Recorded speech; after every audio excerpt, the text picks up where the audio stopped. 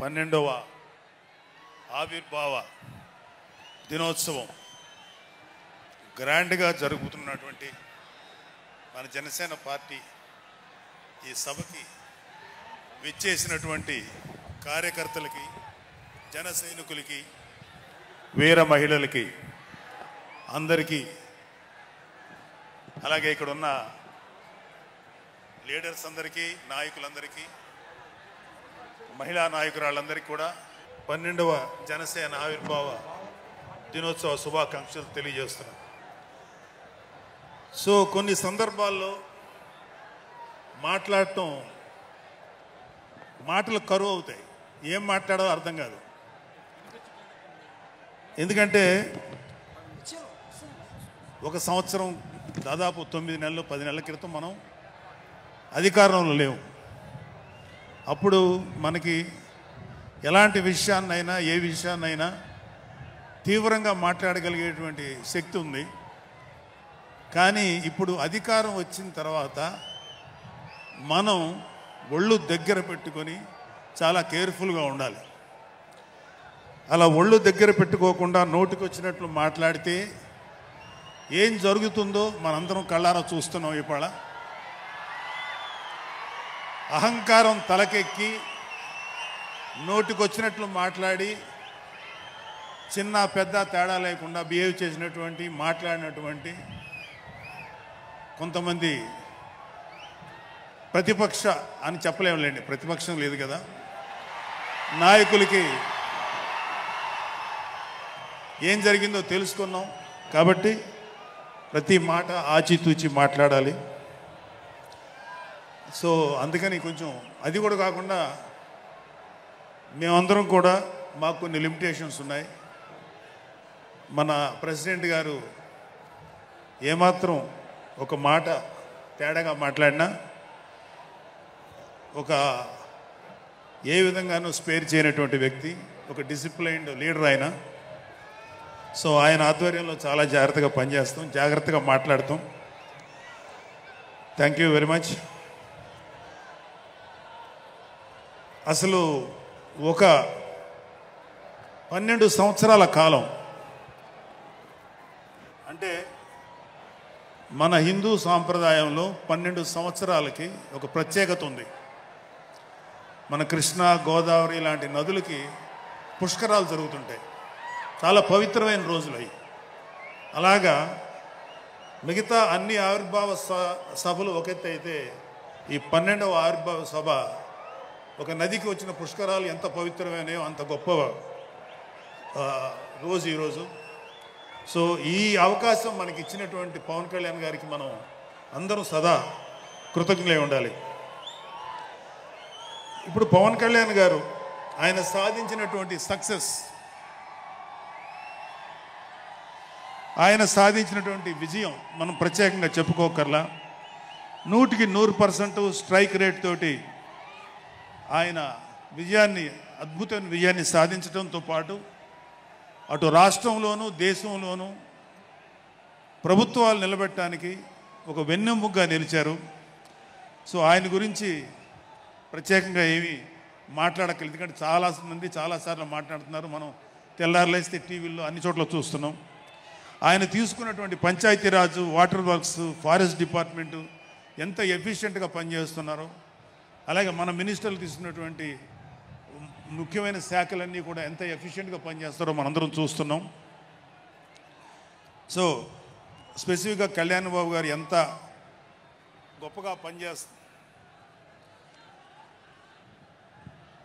గొప్పగా పనిచేస్తారని మనమేమి ప్రత్యేకంగా మాట్లాడుకోకర్లేదు.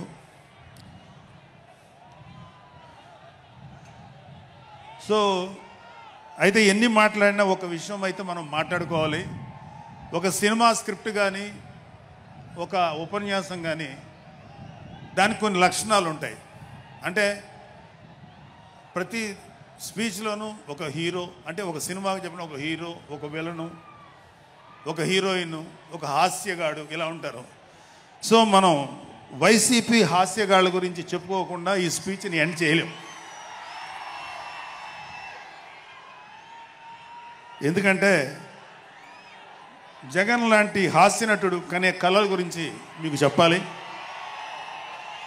ఆయన ఎలక్షన్స్ అయిపోక ముందు నిద్రలోకి వెళ్ళారు. ఇప్పటికి నిద్ర లేవాలి. అప్పుడప్పుడు నిద్రలో లేచి కలవరిస్తుంటారు. మొన్న కూడా ఒక మాట చూశారు.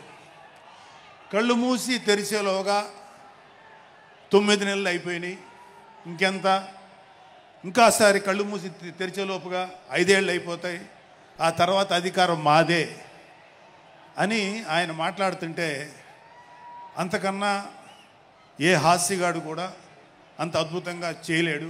అంత అద్భుతంగా హాస్యం చూపిస్తున్నారు ఆయన. కానీ ఆయనకి నా సలహా ఏంటంటే, సార్ మీరు నిద్రలోనే ఉండండి, అప్పుడప్పుడు కలవరించండి, తప్పులేదు. ఇంకొక 20-30 ఏళ్ల తర్వాత మీరు కల్లో నుంచి బయటికి రండి, అప్పుడు దాకా మిమ్మల్ని ఎవ్వరూ డిస్టర్బ్ చేయరు. ఇది నాకు మనస్ఫూర్తిగా నేను మీకు ఇచ్చే సలహా. మీరు 20 ఏళ్ల తర్వాత మేలుకోండి, ఆ తర్వాత మీ ఇష్టం. మేమైతే 20 ఏళ్ల దాకా మిమ్మల్ని హ్యాపీగా పడుకోమనే సలహా ఇస్తున్నాం. సో ఆంధ్రప్రదేశ్లో పవన్ కళ్యాణ్ గారి యొక్క చొరవతోటి ఏర్పాడైనటువంటి ఈ కూటమి ప్రభుత్వం ఎన్ని చోట్ల ఎంత పెద్ద సక్సెస్ అయిందో, ఎంత 164 సీట్లు సాధించే దిశగా ఆయన ఎంత కష్టపడ్డారో మనందరికీ తెలుసు. అయితే మా అదృష్టం ఏంటంటే ఇక్కడ పిఠాపురంలో జరుగుతుంది కాబట్టి పిఠాపురంలో ఎలక్షన్స్ ఎలా జరిగినాయో ఒక 2 మాటలు చెప్పకపోతే, నేను పిఠాపురంలో పనిచేసి పిఠాపురం అభిమానుల యొక్క అభిమానాన్ని చూరుకున్న పవన్ కళ్యాణ్ గారికి, అలాగే పిఠాపురం యొక్క జనసైనికులకి, పౌరులకి నేను కృతజ్ఞత చూపించినట్టు అవుతుంది. సో వాళ్ళ కోసం ఈ 2 మాటలు మాట్లాడుతున్నాం. సో పవన్ కళ్యాణ్ గారు పిఠాపురంలో మమ్మల్ని పనిచేయమన్నారు.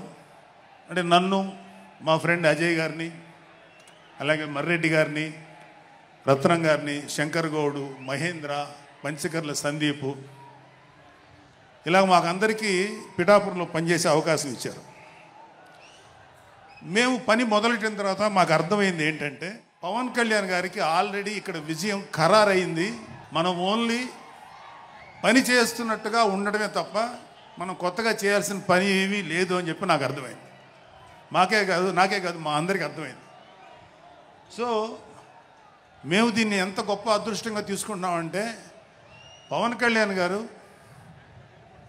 మీరు పని చేసేటువంటి మేము ఇక్కడ ఏదో పని చేసాం అనే తృప్తి మాకు ఇవ్వటం కోసం ఆయన మమ్మల్ని అపాయింట్ చేశారు తప్ప ఆయన గెలుస్తారన్నది, ఆయన అఖండ విజయం సాధిస్తారని ఆయనకు ముందే తెలుసు. కానీ ఆ సాటిస్ఫాక్షన్ మాకు ఇవ్వటం కోసం మాకు ఈ అవకాశం ఇచ్చారు. అయితే అది మా అదృష్టంగానే ఫీల్ అవుతున్నాం. చంద్రుడికో నూలు పోగులాగా ఆయన పడిన కష్టానికి ఒక చిన్న పని చేసామనే తృప్తి అయితే మాత్రం మాకు నిజంగానే ఉంది. అయితే ఇక్కడ పిఠాపురంలో పవన్ కళ్యాణ్ గారు అఖండ విజయం సాధించడానికి 2 ఫ్యాక్టర్స్, 2 ఇంపార్టెంట్ ఫ్యాక్టర్స్. ఒకటి మన ప్రెసిడెంట్ జనసేనాని పవన్ కళ్యాణ్ గారు అయితే, రెండో ఫ్యాక్టర్, నాట్ వ్యక్తి, ఫ్యాక్టర్ పిఠాపురం జనసైనికులు, పిఠాపురం పౌరులు, పిఠాపురం ఓటర్స్.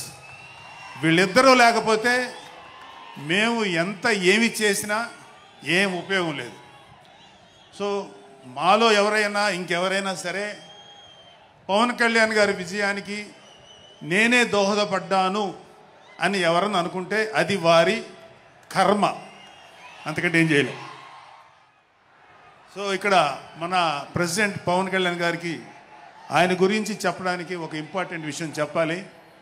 అది ఏంటంటే, మొన్న ఈ మధ్యన మా అమ్మగారితో మాట్లాడుతున్నప్పుడు మా కళ్యాణ్ బాబు గురించి ఒక మాట వచ్చింది. యాక్చువల్గా ఇక్కడ నేను ఒక అన్నగా మాట్లాడకూడదు, కానీ నేను ఒక పార్టీ జనరల్ సెక్రటరీగా మాట్లాడాల్సి వచ్చినా కూడా ఒక అన్నగా ఈ ఒక్క విషయం నేను చొరవ తీసుకుని మాట్లాడాలి.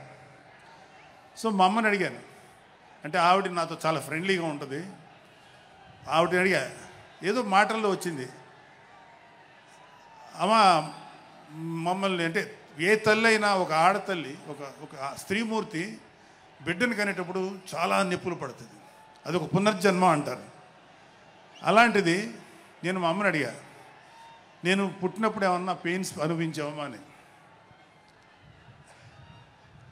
మా అమ్మ అంది, నువ్వు పుట్టినప్పుడు నేను అనుభవించిన పెయిన్స్ భూమి మీద ఆడది అనుభవించలేదు, అంత కష్టం పెట్టేవాడిని. అది మా అమ్మ చెప్పింది నా గురించి. సరే కళ్యాణ్ బాబు ఎలాగా అన్న. గొప్ప విషయం అంటే నేను షాక్ అయ్యా. వాడు పుట్టినప్పుడు నాకు పెయిన్ అనేది కొంచెం కూడా తెలియలేదురా, అలాగా నాకు పెయిన్ లేకుండా పెయిన్ ఇవ్వకుండా పుట్టాడు అని. ఈ విషయం నేను కొంచెం షాక్ అయ్యా. అదేంటమ్మా కనీసం పెయిన్స్ ఉంటాయి కదా, ఏమోరా నాకు ఏమాత్రం పెయిన్ తెలియకుండా పుట్టాడని. సో నేను ఏమంటానంటే, పుట్టేటప్పుడు కన్న తల్లికి కూడా ఏమాత్రం నొప్పి బాధ ఇవ్వకుండా పుట్టిన పవన్ కళ్యాణ్ లాంటోడు, అలాంటి నాయకుడు ఈ కూటమి భాగస్వామ్యంలో ఉప ముఖ్యమంత్రిగా ఉన్న నాయకుడు ప్రజలకి ఎందుకు బాధలు రానిస్తాడు? వాళ్ళకి ఏ బాధలు కష్టాలు రాకుండా గుండెల్లో పెట్టుకొని చూసుకుంటాడు. అది మనం కళ్ళారా ఈరోజు చూస్తున్నాం. ఇప్పుడు మనం చూస్తున్నది ఆవగింజలో అరవంతు మాత్రమే. కూటమి భాగస్వామ్యంలో పవన్ కళ్యాణ్ గారి భాగస్వామ్యంలో జరుగుతున్న కూటమి ప్రభుత్వం పరిపాలన ఆవగింజల అరశాతమే. ఇంకా చాలా ఉంది. ఇప్పుడు చూస్తుంది just tip of the iceberg. అద్భుతమైన పరిపాలన మనకు రాబోతుంది. రాబోయే 20 ఏళ్లలో ఆంధ్రప్రదేశ్ ఒక స్వర్ణయుగం చూడబోతుంది. ఎందుకంటే ఎప్పుడో స్వాతంత్రం రోజుల్లో కొంతమంది మహానుభావులు పుట్టారు. అలాంటి వ్యక్తి ఈరోజు పుట్టడం, ఈరోజు మన ముందు ఉండటం మన అదృష్టం. అలాంటి వ్యక్తి దగ్గర పని చేయడానికి ఇగో ఈ స్టేజ్ మీద ఉన్న ప్రతి ఒక్కళ్ళం గర్వంగా ఫీల్ అవుతున్నాం. మాకు పదవులు వచ్చినా రాకపోయినా ఆయనకు సేవ చేస్తాం. నేనేమంటానంటే, మీరందరూ తెలుసుకోవాల్సింది, మీరు పవన్ కళ్యాణ్ అంత గొప్పవాడు కండి, తప్పులేదు. రాకపోతే అంతగా అవ్వలేకపోతే ఒక గొప్పవాడికి అనుచరుడిగా మారండి, ఏదైనా మంచిదే. నేను ఆ పని చేశాను. రెండో పని, పవన్ కళ్యాణ్ గారు అంత గొప్పగా నేను అయ్యే దమ్ము లేదు, కానీ ఆయనకి అనుచరుడిగా మాత్రం నాకు అవకాశం ఇచ్చారు. అది నేను చాలా సంతోషపడతాను.